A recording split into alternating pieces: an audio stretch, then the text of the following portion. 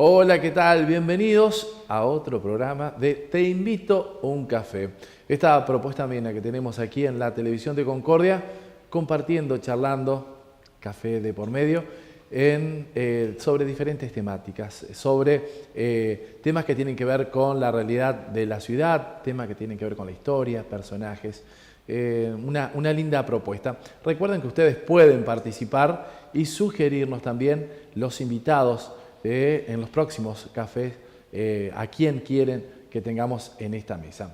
En esta oportunidad, el invitado de hoy es para hablar, bueno, lo conocemos hace mucho tiempo en el tema personal, y la verdad que es un gusto cada vez que voy allí al hogar de ancianos ver las ganas, el esfuerzo, el tesón que le pone a ese lugar, y esto me parece importante destacar para hablar sobre el tema de ancianidad. Así que estamos con Diego Miño. ¿Cómo estás, Diego? César, ¿qué tal? El saludo también para todo el equipo, a quienes están en el café también y que estamos compartiendo esta mañana. Gracias por la invitación. Vos sabés que decía yo que, bueno, nos conocemos hace mucho tiempo desde tu faceta de locutor, como preparador también de locutores aquí en la ciudad de Concordia, y ahora estás incursionando ya hace un tiempo, ¿no?, como director de allí del hogar de ancianos. Sí, la verdad que estás un poco crecidito. ¿Sí? Hemos tenido por allí ese desafío, cuando por allí no habían lugares de formación para periodistas y locutores, en Concordia y en zonas aledañas, y llegamos a poner aquel primer instituto de locución, desde el Instituto Superior Mariano Moreno, aquí en Concordia, y eso nos llevó también a tener ese contacto directo con muchos colegas que con el paso del tiempo se fue afirmando cada vez más y ver el crecimiento de cada uno. Sí, y esto de estar hoy en el hogar de ancianos tiene que ver con esto, porque luego de estar también como director del Mariano Moreno, en aquel momento, hoy ya no está esta empresa aquí en Concordia, de estar luego desafíos como poner un medio de comunicación, como fue una radio, que fue la primera radio periodística de género rock, o de rock con género periodístico, y en donde todos tenían la libertad de expresarse y también de escuchar buena música, que llegábamos por ahí no solamente a los jóvenes, sino también a los que tenían nuestra edad, que no somos tan jóvenes, y nos llevó también a incursionar en otros medios de comunicación. Y una tarde, en una reunión, me llama Eduardo, ¿sí?, mi amigo y compañero de años, y me dice: Diego, ¿será que te podés acercar a la esquina de San Lorenzo y Alvear? Ajá. Bueno, me voy para allá, para San Lorenzo y Alvear. Estamos hablando de nuestro colega Eduardo Díaz. Eduardo Díaz, ¿verdad? sí. Eduardo me dice: venite para acá. Entonces, bueno, me voy para allá. Y en ese momento él estaba reunido con el Chango Moza, sí, con el director en aquel momento del hogar de ancianos. Y nace una propuesta de hacer un programa de radio con la temática del adulto mayor. Algo que por allí en lo personal lo tenía muy guardado, porque en el caso mío se separan mis padres cuando yo era muy chico, y con el paso del tiempo quienes me crían son mis bisabuelos, ¿no? Mis bisabuelos, abuelos. Entonces era como que yo me crié con adultos mayores, o sea, tenía eso dentro mío de poder manejarme y manejar por allí las mismas palabras, sentir lo mismo que sienten ellos. Y eso me llevó, de alguna manera, que por allí me lo decía, un día me dijo mi mamá: anda, sentate con tu bisabuelo y preguntale la historia de su vida.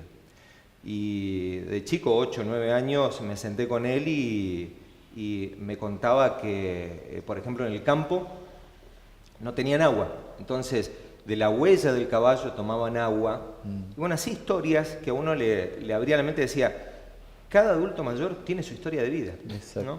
Bueno, surge esto de poder hacer el programa. Congeniamos, era como que ya nos conocíamos de años con el Chango, sí, que muchas veces pasa eso. Hay personas con las que parece que te conoces de toda la vida, y cuando se produce ese estallido, el amalgama es perfecto. Entonces pueden surgir otras cosas. Y me decías, bueno, ahí comenzaste a hacer radio, porque también la gente te recuerda en la tele también llevado este proyecto, ¿verdad? Claro, empezamos a hacer el programa en aquel momento en la AM local, un programa que duró casi 5 años en la AM local, que estábamos después del clásico Entre Mate y Mate, entonces no solamente teníamos la audiencia nuestra, sino también la que nos dejaba un programa que ya tenía sus años. Y empezamos a trabajar con algo que por allí en ese momento no se tenía en cuenta, que era la cultura del viejismo. Es la cultura del viejismo esta de el hombre mayor ya es un viejo. El hombre mayor ya está pasado de vuelta.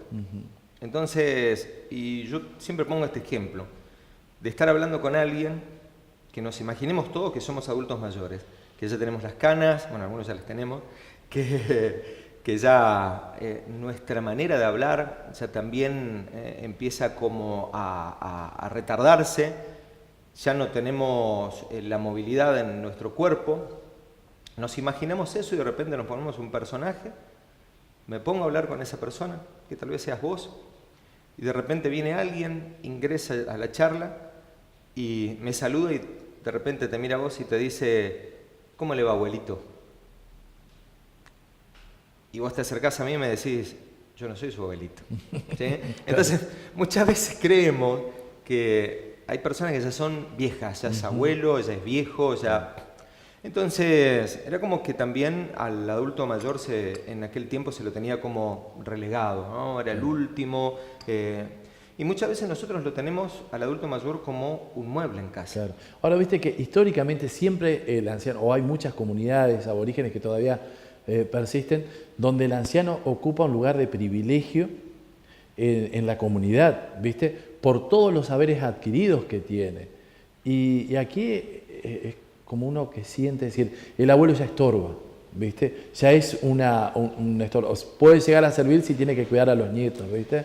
Es como que, ¿viste? Que la misma sociedad te lleva a pensar esto, ¿no? Hay que hacer un quiebre en ese sentido, ¿no? Tiene que ver con esto de la cultura que tenemos. Yo creo que en este último tiempo se produjo un cambio. Hay culturas en donde recordamos históricamente que el adulto mayor era el sabio, era el que se iba a pedir un consejo, y hoy lamentablemente el adulto mayor muchas veces en casa lo tenemos como un mueble.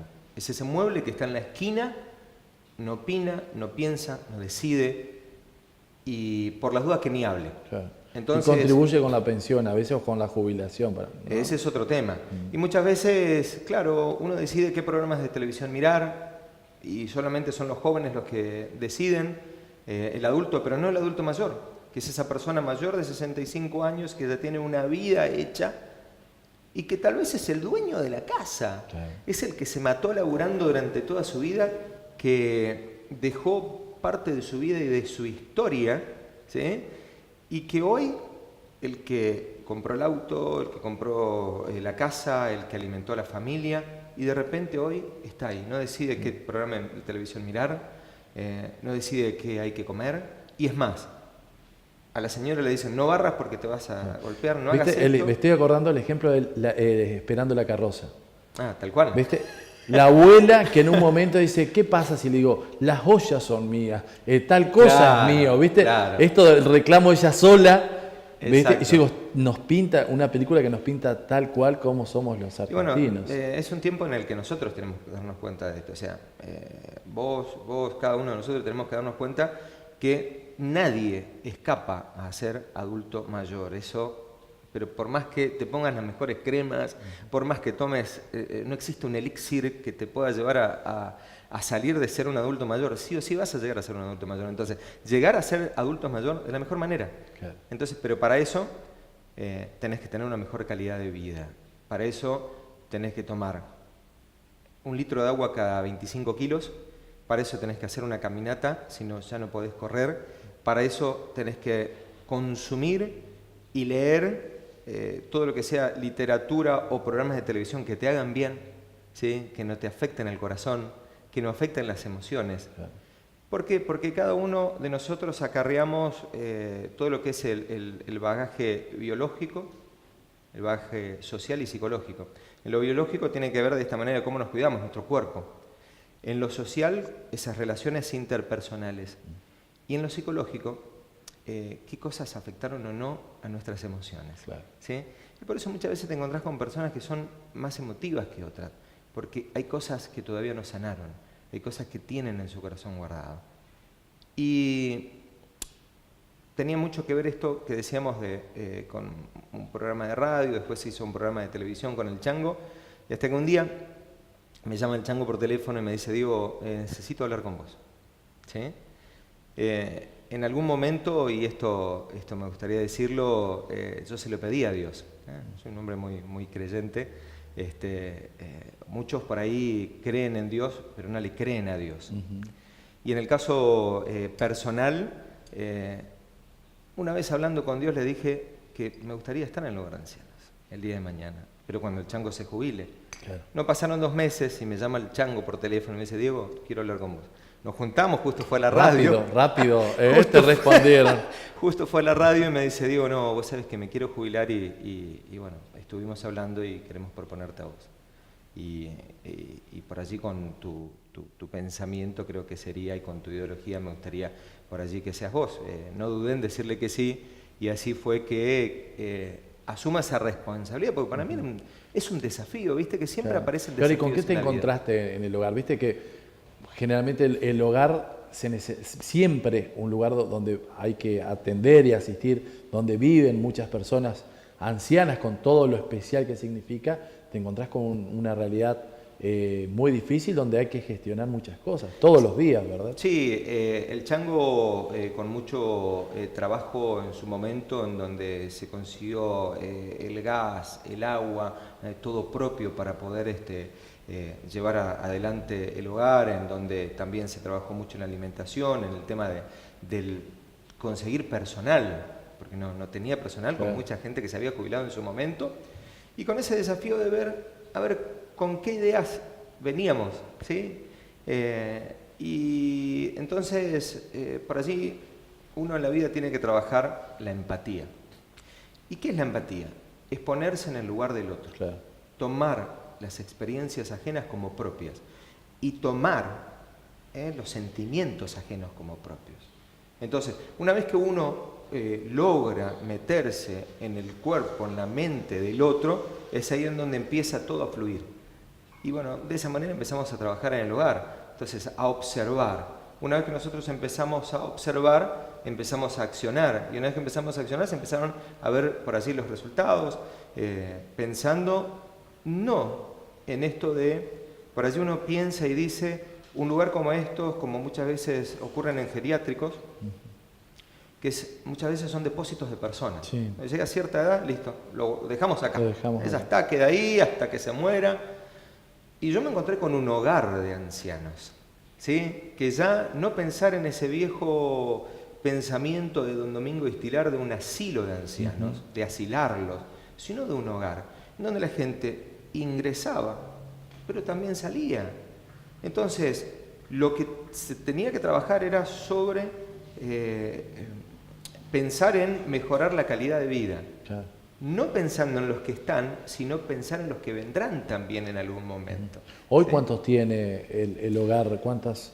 Y en este momento tenemos 29 residentes. ¿Sí? ¿Ya está colmado o hay más capacidad? No, estamos con lo necesario, claro, en este momento como para poder atenderlos.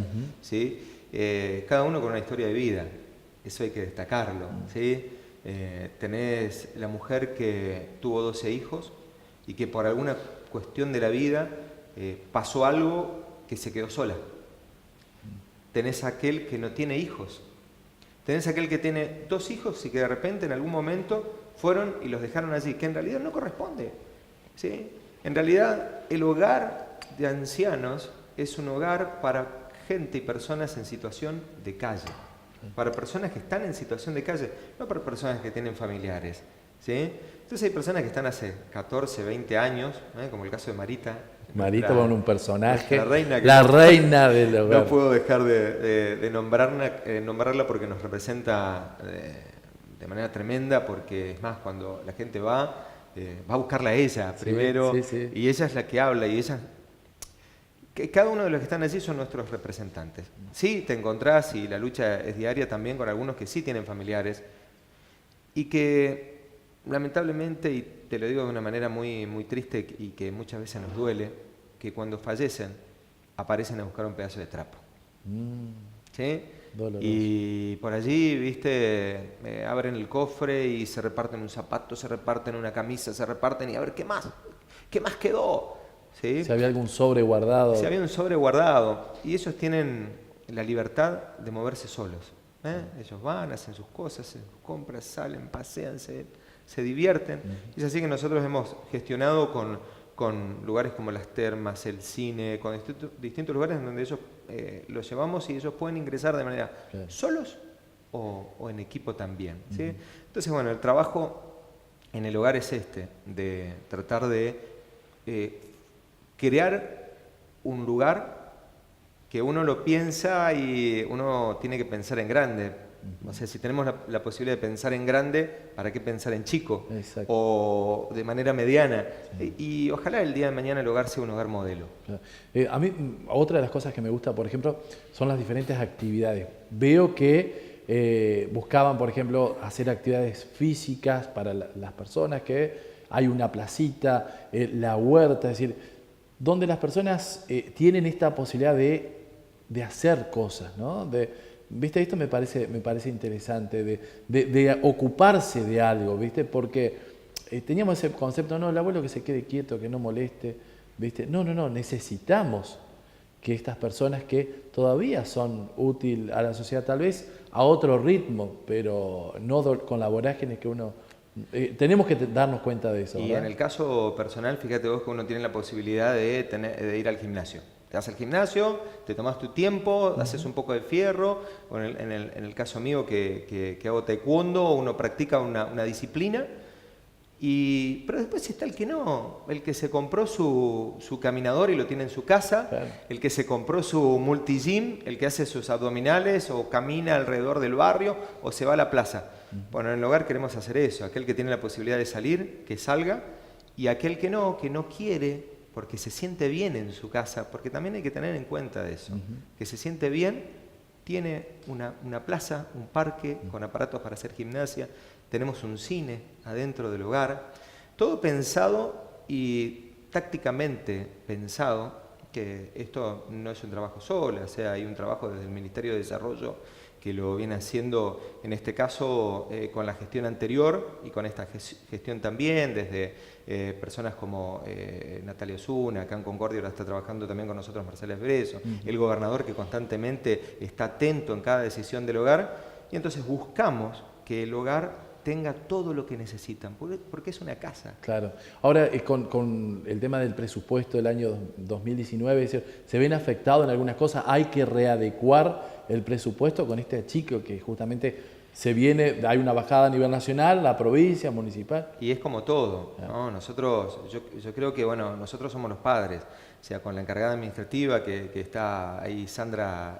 Salazar, Estela Baglietti también, que están en la parte de personal, y yo soy el papá. Claro. Sí, es como una gran familia en donde tratamos de trabajar de esa manera, y después, bueno, la ministra viene a ser la abuela. Claro. ¿Sí? Entonces, claro, como que vamos ahí manejando el tema del presupuesto y tenemos que afilar el lápiz. O sea, siempre cuando llega fin de mes uno debe ir viendo a ver, porque, o sea, uno es el administrador, entonces uno tiene que ir viendo a ver, gastamos en esto, gastamos en aquello, siempre tratando de que no le falte la comida, claro, ¿no? Y sobre todo eso. Sí, estamos pasando por una situación difícil en el país, y creo que cada hogar lo está viviendo a esto, entonces esto se vive en todos lados. Claro. Diego, contanos que vos te encontraste cuando ingresaste así al hogar con un sótano, con un montón, un bagaje de historia que estaba allí escondido, esperando, ¿verdad?, que llegues vos, sí, para redescubrirlo. Y vos decís, esto hay que hacer un museo, sí, de esto, ¿verdad? Sí, la verdad que, bueno, uno como periodista tiene la mirada también de la historia, ¿no? Entonces, uno trabaja con la información que tenemos actual, pero también para eso hay que hacer un contexto y mirar lo que tenemos atrás para poder también visualizar hacia adelante. Entonces, cuando ingresé dije, esto tiene que tener historia, es un lugar de más de 80 años, y empecé a hurgar en la historia del lugar y me empecé a meterme en cada rincón, lugares no abandonados, pero sí que estaban cerradas las puertas, y empecé a encontrar desde una radio catedral, una vitrola, elementos de las personas que habían dejado allí, desde libretas de la escuela, todo tipo de elementos que también se utilizaban en la enfermería, en la cocina. Y de todo eso, ¿sí? Dije, bueno, y ahora empecé a buscar también en la historia de don Domingo Istilart. Domingo Istilart, un hombre que tiene mucho que ver con la historia de Concordia y de zonas aledañas, y que en un momento él, quien ha sido tesorero en su momento de la sociedad rural, fue uno de los que autorizó la compra del castillo de San Carlos, fue uno de los que donó el predio para hacer el Hospital Koch porque tenía un hijo con tuberculosis, fue el que, cuando muere la esposa, una mujer joven, doña Juana Sarriegui de Istilart, que es el nombre del hogar, dice, bueno, ella hacía obras de caridad con las iglesias. Dice, bueno, tengo que hacer obras más grandes. Entonces empezó a hacer estas obras más grandes y es así que dona el predio y todo el dinero para el edificio, para que el hogar de ancianos sea un hogar de ancianos. Es más, fue en su momento un hogar modelo, por eso digo, pienso en que conseguir nuevamente que sea un hogar modelo. Hasta salió en la revista Caras y Caretas de España, el hogar como un hogar modelo en el mundo. Y todas esas historias que tenían que ver con don Domingo, su familia, el hogar de ancianos, cada personaje, cada residente del hogar, con eso armamos lo que hoy es el Museo Istilart, que por primera vez este año fue visitado. Estuvo dentro de la noche de los museos, ¿verdad? Sí, por allí yo es como que siempre le veía como que algo más le faltaba, ¿viste? Uno dice, y también me tocó, de alguna manera, por allí como funcionario uno tiene que también ir delegando y uno tiene que ir, y este año se hizo cargo Carlos Vargas, que es un profesor de historia, y lo pude disfrutar de afuera del museo, ya como un espectador, de ir a verlo y ver esa historia, que es muy rica. Y es muy rica también, no solamente como museo rescatando la historia, sino que tiene una finalidad específica. ¿Cuál es la finalidad específica del museo y de cada actividad? Que vayan chicos de las escuelas, que vayan turistas, que vayan vecinos, y que no solamente visiten el hogar por su historia, sino que tomen el contacto directo con los residentes y puedan charlar con ellos. La historia viva de parte de Concordia está allí, en cada uno que puedan charlar, ¿verdad? ¿No? La verdad que me parece interesante porque cada uno, hoy vos decías, cada uno tiene una historia para contar también, ¿no? Yo recuerdo un libro del profesor Leandro Trupiano, de rescate de las de profesiones, antiguas profesiones que no existen, es decir, y contada en primera persona de personas ya jubiladas que contaban su trabajo en el ferrocarril, la historia de la trilla, que era una persona que rompía el picapiedras, ¿verdad? De aquí de la ciudad de Concordia. ¿Viste? Que uno dice, rescata estas historias que es importante. Libro muy rico de Leandro que hoy debería estar en todas las escuelas. Yo creo que cada uno de nosotros tiene que empezar a darse cuenta de esto, ¿no? De empezar a darse cuenta de trabajar en cada hogar. El sueño que cada uno de nosotros como vecinos de Concordia tendría que tener, y yo lo digo personalmente a esto, es que el día de mañana el hogar de ancianos desaparezca. Sueño con eso, que el día de mañana el hogar de ancianos desaparezca y que no sea más que un museo. ¿Y cómo podemos conseguir eso? Trabajando cada uno con su familia en casa, trabajando vos como padre con tus hijos, ¿sí? Para que nunca se rompa ese vínculo y que el día de mañana vos caigas en alguna patología social, esto de alcoholismo, depresión, y que te puede llevar a quedarte solo, ¿sí? Y que termines en el hogar Istilart. Entonces, ojalá que el día de mañana desaparezca el hogar. ¿Tienen caso de estas historias, por ejemplo, de gente que ha estado en la calle y que, bueno, dicen, vamos a llevarlo, viste que mucha gente reclama y dice, che, esta persona duerme, necesita un lugar, ¿no?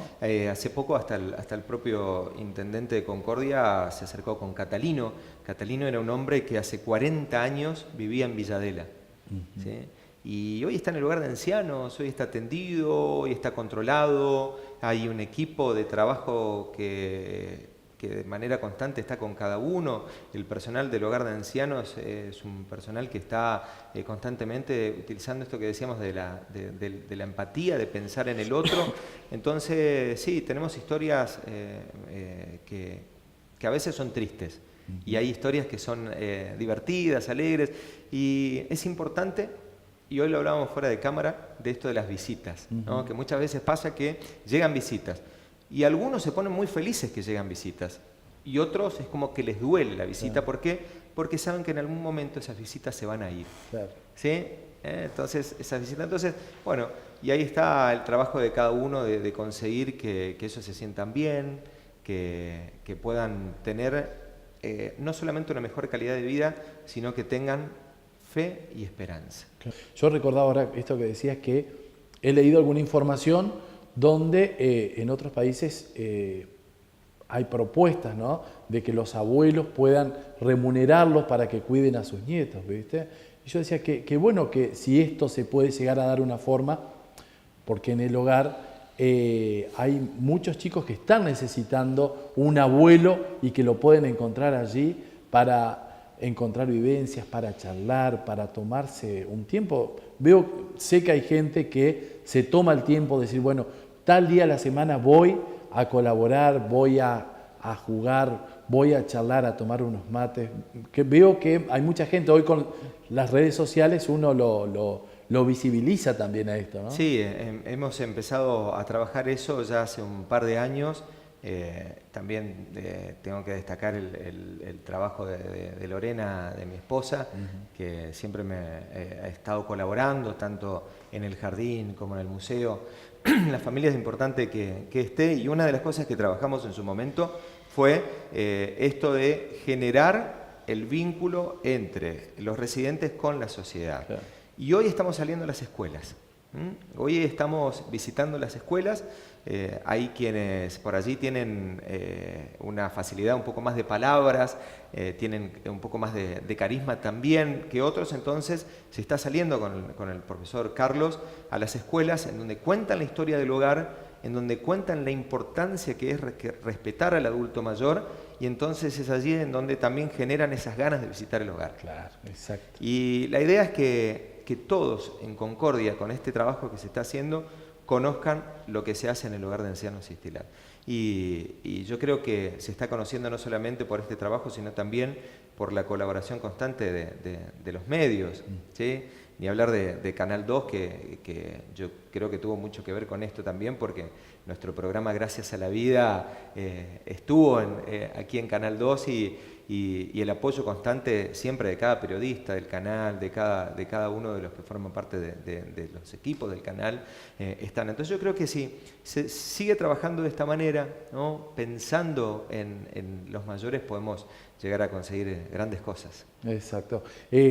También pensaba ahora esto de la parte de la historia viva de la ciudad de Concordia, estudiantes de la carrera de algún profesorado que investigan algunos temas específicos, pueden ir y charlar también sobre la historia de Concordia, ¿no? Viste, cada uno va a contar una parte vista desde su perspectiva. Eso me parece también interesante, que están las puertas abiertas para poder ir e investigar sobre esta temática también. Sí, en este caso están visitándonos, ya sea desde la Cruz Roja, Wader, cada uno de los lugares en donde cada uno también, y fíjate vos cómo pude rescatar también parte de la historia, porque muchos trabajos que se habían hecho, cuando terminan el profesorado de historia, psicogerontología, tienen que hacer un trabajo o tienen que hacer su tesis, y muchos de estos trabajos se hicieron en el hogar, claro, con la historia del hogar. Entonces, muchas cosas que por allí fuimos rescatando, las rescatamos gracias a los ex empleados,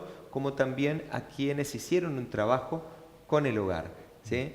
Entonces, yo creo que con esta relación, este feeling que hay con con todos se puede también conseguir mucho más, ¿no? Y que cada uno se dé cuenta también de lo importante que es el hogar de ancianos para Concordia. Y siempre me gusta también invitar a todos, ¿no? Que siempre, nunca está de más. Muchas veces uno dice, mirá, van a escuela, van a esto, yo también voy a ir. No, porque en el hogar de ancianos somos una gran familia, y yo creo que cada uno de nosotros forma parte de esa gran familia. Conozco gente que me dice, bueno, el fin de semana voy a ver a mi mamá, hacemos torta frita, tomamos mate.